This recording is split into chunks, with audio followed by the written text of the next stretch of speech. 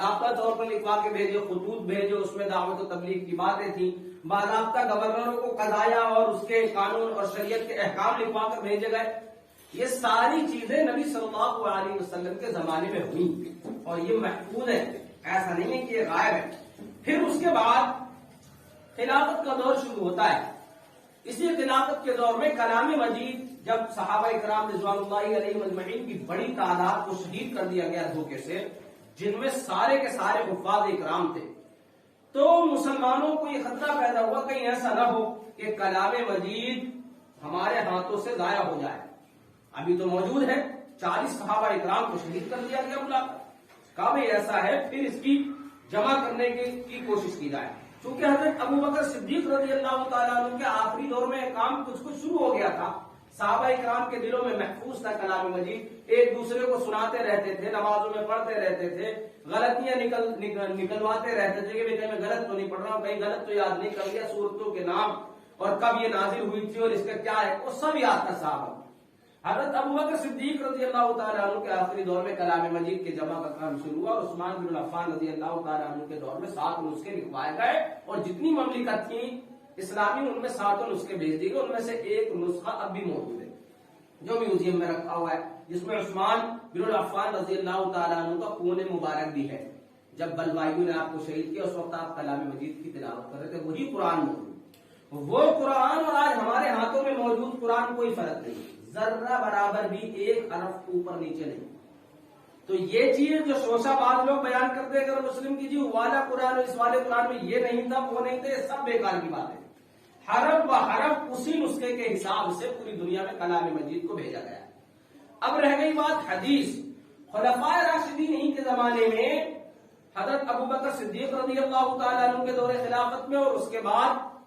عمر رضی اللہ تعالیٰ عنہ کے دور خلافت میں، یہاں تک کہ جب یہ پورا دور چل رہا تھا اس وقت صحابہ اکرام جو اللہ کے رسول صلی اللہ علیہ وسلم کے ساتھ اٹھتے بیٹھتے تھے، 72 اصحاب صفہ جنہیں کہا جاتا ہے، وہ حدیث کا درس دیا کرتے تھے۔ جب دھیرے دھیرے صحابہ اکرام کا دوسرا دور، یہ پہلا دور ختم ہو گیا 100 سالوں کا، اور چند بڑے صحابہ بچے اور تابعی جو بڑے کبار تھے جنہیں حدیث بڑی زبردست یاد تھی، وہ بچے اپنی اپنی کلاسوں میں، اپنی اپنی درس گاہوں میں طالب علموں کو پڑھاتے تھے۔ اس کے تعلق سے بیان کیا گیا کہ منع کرتے تھے کہ ہم نبی سے حدیث یاد کیا کرتے تھے، لہذا آپ لوگ بھی یاد کرو، لکھو مت، ہم نے حدیث سے یاد کیا۔ باضابطہ ابو ہریرہ رضی اللہ تعالیٰ عنہ بیان فرماتے کہ میں ایک لفظ بھی نہیں بھولا۔ ابن عباس رضی اللہ تعالیٰ عنہ کہتے ہیں کہ ہم اللہ کے رسول کی مجلس میں بیٹھتے، حدیثوں کو یاد کرتے، اس حد تک یاد کرتے کہ جب ہم اٹھتے تو ایسا لگتا کہ جیسے حدیثیں ہمارے دل میں بو دی گئی ہوں۔ یہ اللہ کے رسول صلی اللہ علیہ وسلم کی مجلس کی بات ہے کہ ہمارے نبی پڑھا کر گئے، صحابہ تکرار کر رہے، مذاکرہ کر رہے، اور بہت سارے صحابہ اکرام کے قول گزشتہ جمعہ آئے تھے سب اسی طرح بیان کر رہے تھے کہ وہ جب شاگردوں کو پڑھاتے تو وہ مذاکرہ کرتے۔ جب یہ آخری دور تھا، یعنی پہلی صدی ہو گئی ہے، اب حدیث کو باضابطہ طور پر جن کے پاس کچھ صحیفے تھے، کچھ مرویات تھیں، کچھ علم فرائض کے احکام ایک جگہ جمع ہوئے تھے، ان کو جمع کرنے کا کام جو ہے وہ شروع ہو گیا، اور انہوں نے جو ہے باضابطہ طور پر بڑے بڑے تابعین میں سے کبار تابعین جو حدیث میں دلچسپی رکھتے تھے، باضابطہ طور پر انہوں نے ان کو کتابوں کی شکل دینا شروع کیا۔ لیکن یہ کتابیں فنی اعتبار سے اس کامل حیثیت کی نہیں، اس میں بس نبی صلی اللہ علیہ وسلم کے فرمان جمع تھے، اور اگر کسی شاگرد نے اپنے استاد یعنی صحابہ سے سن کر لکھا ہے تو اس نے اپنے استاد کے قول بھی اس میں نقل کیے کہ بھئی فلاں صحابی کا یہ عمل تھا، نماز ایسے پڑھتے تھے، کھانا ایسے کہتے تھے، حکم یہ لگاتے تھے، ان کی عادت ایسی تھی، ساری چیزیں اس نے شامل کر کے کتاب لکھی۔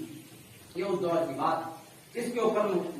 مفصل گفتگو جو ہے وہ گزر چکی، اور اسی زمانے کے اندر جو ہے بڑی بڑی کتابیں مصحف عائشہ ہے، ابن عباس کی ہے، حضرت علی رضی اللہ تعالیٰ عنہ کی قضایا ہے، اسی طریقے سے عبداللہ عمر کے بیٹے سلام، اسی طریقے سے عمر کے بیٹے عبداللہ، ان دونوں کی رضی اللہ عنہ مجمعین، ان لوگوں کی کتابیں ہیں باضابطہ طور پر قضیوں کے تعلق سے صحیح پہ موجود ہے۔ وہ یاد دہانی کے لیے جیسے ہم لوگ کلاس میں بیٹھ کے کچھ نوٹ بناتے ہیں، اس طریقے کے کافی نوٹ موجود تھے۔ پھر اس کے بعد جب یہ دور ختم ہونے لگا اور تابعی کبار بچے، 2 صحابہ اکرام باقی رہ گئے، اس کے بعد باضابطہ طور پر اس کو لکھنے کا کام شروع ہوا ہے. اس سے پہلے بھی سب کے پاس لکھی تھی، ذہنوں میں محفوظ تھی، ساری چیزیں چلی آ رہی تھی. جب خوب بڑھ گیا معاملہ تو پھر اس کے بعد جو ہے اس کا یہ چیز شروع ہوئی، کیونکہ اللہ کے رسول صلی اللہ علیہ وسلم کا فرمان صحابہ اکرام کے ذہنوں میں تھا کہ جس نے بھی اللہ کے رسول صلی اللہ علیہ وسلم کی حدیث کو سنا تو اللہ تعالیٰ اس کو حشاش اور بشاش رکھے، خوش رکھے اور دوسروں تک پہنچا دیا.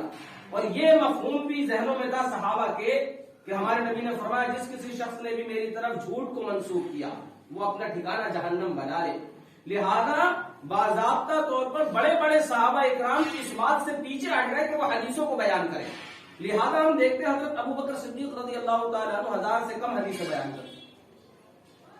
1000 سے کم، 200 کچھ حدیثیں ان سے مروی. اسی طریقے سے حضرت عثمان بن عفان، حضرت علی رضی اللہ تعالیٰ عنہ 500 سے کم حدیثیں ان سے مروی ہیں. تو یہ کیوں احتیاط کیوں برتی گئی ہے؟ کہیں ہم اس زمرے میں نہ آ جائیں کہ نبی صلی اللہ علیہ وسلم کی طرف کوئی لفظ جھوٹ چلا جائے. لیکن کام کرنے والے دیگر دوسرے صحابہ اس کے اوپر کام کیا کر رہے تھے،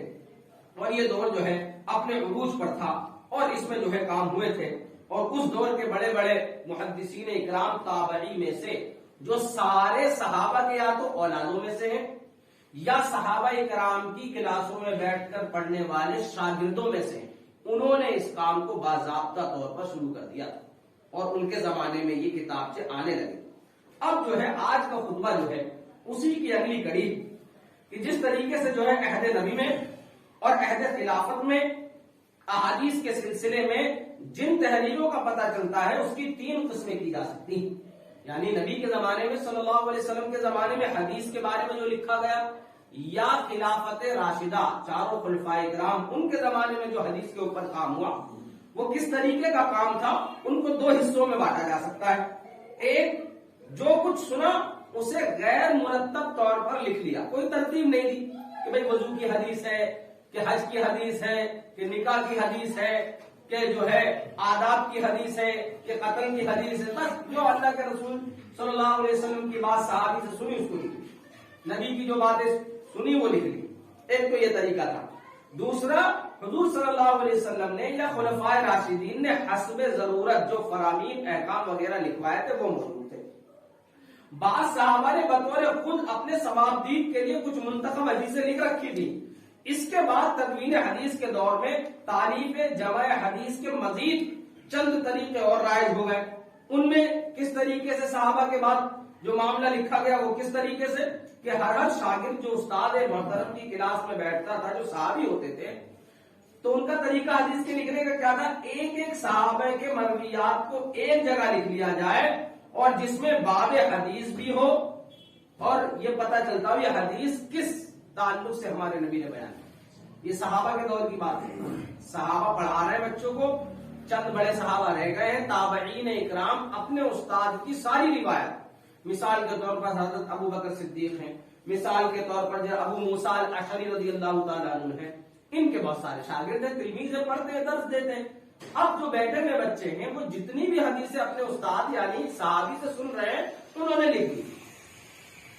اس کے اندر جو ہے باب بھی لکھا کہ یہ حدیث قتل کے باب کی ہے، یہ حدیث حج کے بارے میں، یہ حدیث نماز کے بارے میں، یہ حدیث ایمان کے بارے میں، یہ حدیث نکاح کے بارے میں. انہوں نے اس کو قلم بند کر لیا.